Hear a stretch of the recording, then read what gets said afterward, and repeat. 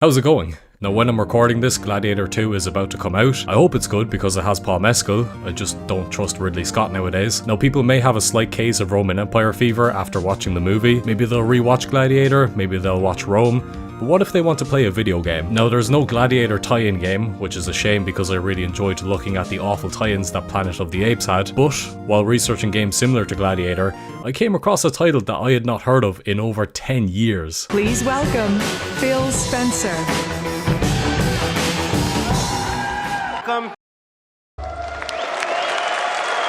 Does anyone remember the game, Ryse Son of Rome? It felt like it was everywhere leading up to the Xbox One's launch, and then nothing. Developed by Crytek, it was meant to be a game for the Kinect at first, but then they realized that was a terrible idea, so they shifted their focus to making a character-driven hack-and-slash game for the Xbox One. Along with Forza Motorsport 5, Dead Rising 3 and Killer Instinct, this was one of the launch titles that was going to help the Xbox One crush the competition in the 8th generation of consoles. It looked amazing graphically, something that could push the Xbox One's power to its limit. And then it came out, it got a 60 on Metacritic, and nobody remembers that this game exists. But why? Why did it perform so poorly when it looked so promising? Was it the marketing? Was it the Xbox One's poor sales? Or is this genuinely a bad game? I picked the game up on PC and I'm gonna have a look at what made people forget about it. And if you're wondering how this is connected to Gladiator, it's not. I'm just using the movie for clickbait. Although there is a Gladiator section, and the story is historically inaccurate, that's something Ridley Scott likes to do. So, it's not completely misleading, I promise. Forgive me, please.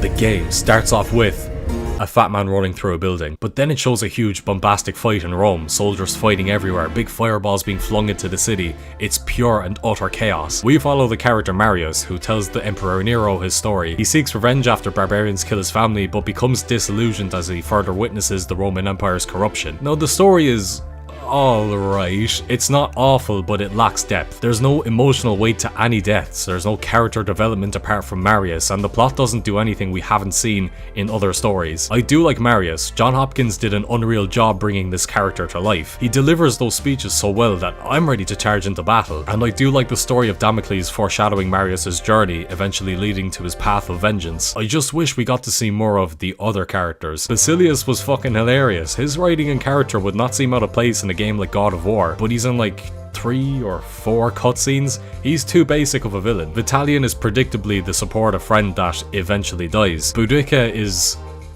sort of a villain. All of these characters with a little more time could have added to the emotional depth that this story is lacking. But regardless, I was still invested in the narrative. It's not Gladiator levels of storytelling, but it's decent overall. Now it seems that the graphics and presentation is where this game earned its praise, and I can definitely see why. For a 2013 game, this still looks unbelievable nowadays. There's so many rich, detailed environments to be seen here with realistic lighting that brings the areas to life. Crytek even took inspiration from real Roman weapons, shields and armor when designing them. It really feels like you've just walked into ancient Rome, and it has that cinematic feeling, presenting insane shots of the battles you're charging into, adding to the spectacle. This was a perfect showcase of what the Xbox One can present without facing limitations. You feel fully immersed into this world. Even with newer games like Halo Infinite or Gears 5, Ryse is arguably one of the best looking Xbox games graphically. Now, it would have been nice if Crytek actually optimized this for the PC correctly. Without using a tool to control the performance, this game runs like utter shit. I first thought my graphics card had built up so much dust that it couldn't run a 10-year-old game anymore. Thankfully with this tool I could play this with a stable performance, but it seemed Crytek could not be bothered with the PC port. The gameplay is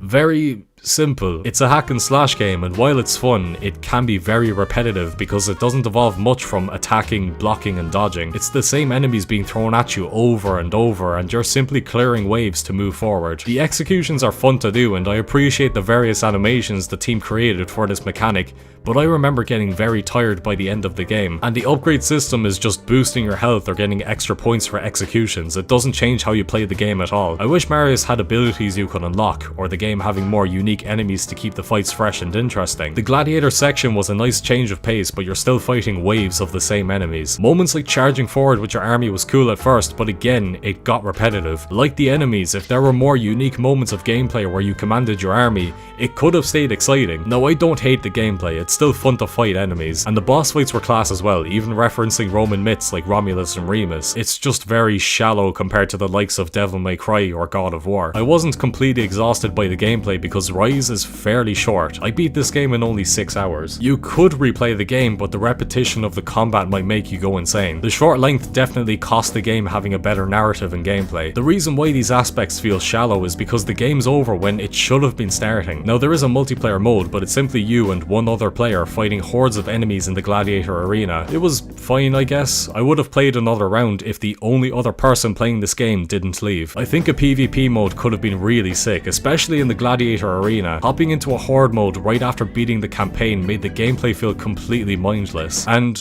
why do I have so many coins? Well, it's a funny story. See, during the second chapter I spent all of my points on upgrading my skills. I took a few steps forward and okay, I've already upgraded, but I'll simply pause and keep playing, except this prompt wouldn't go away no matter how many times I pressed start or select, so I thought I was simply soft locked until I made an upgrade. So I called up my buddies at Lizard Squad to give me a few hacks and I was finally able to buy another upgrade and continue.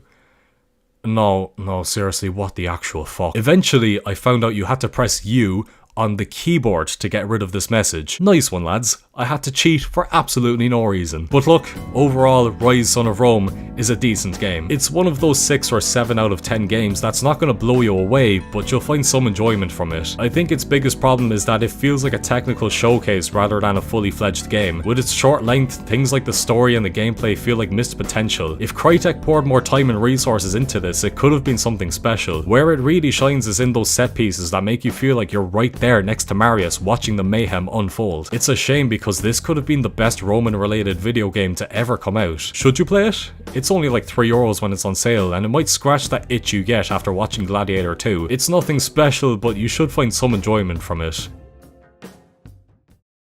So why did Ryse fade into obscurity so quickly? Well, it simply wasn't a system seller. It did a great job at showing what the Xbox One was capable of, but it didn't flesh itself out to make it an equivalent to Halo or Gears of War. I know it's an unfair comparison, but Dead Rising 3 offered more at a similar price while also utilizing the Xbox One's power. Ryse simply didn't do enough to entice players, and with the Xbox One's underperformance in sales, it's no wonder the game didn't succeed. But I do think it deserves a second chance. I don't know if Crytek will ever make a sequel, but anyone can see the potential it has to be something great. The groundwork is already laid, it's just about adding new mechanics to elevate the gameplay and delving deeper into the story. But what do you think? Have you even heard of Ryse Son of Rome? And if you have, let me know your thoughts on the game. Thank you very much for watching. I really appreciate the support shown on the last couple of videos. I'll hopefully see you again very soon, but until then, subscribe.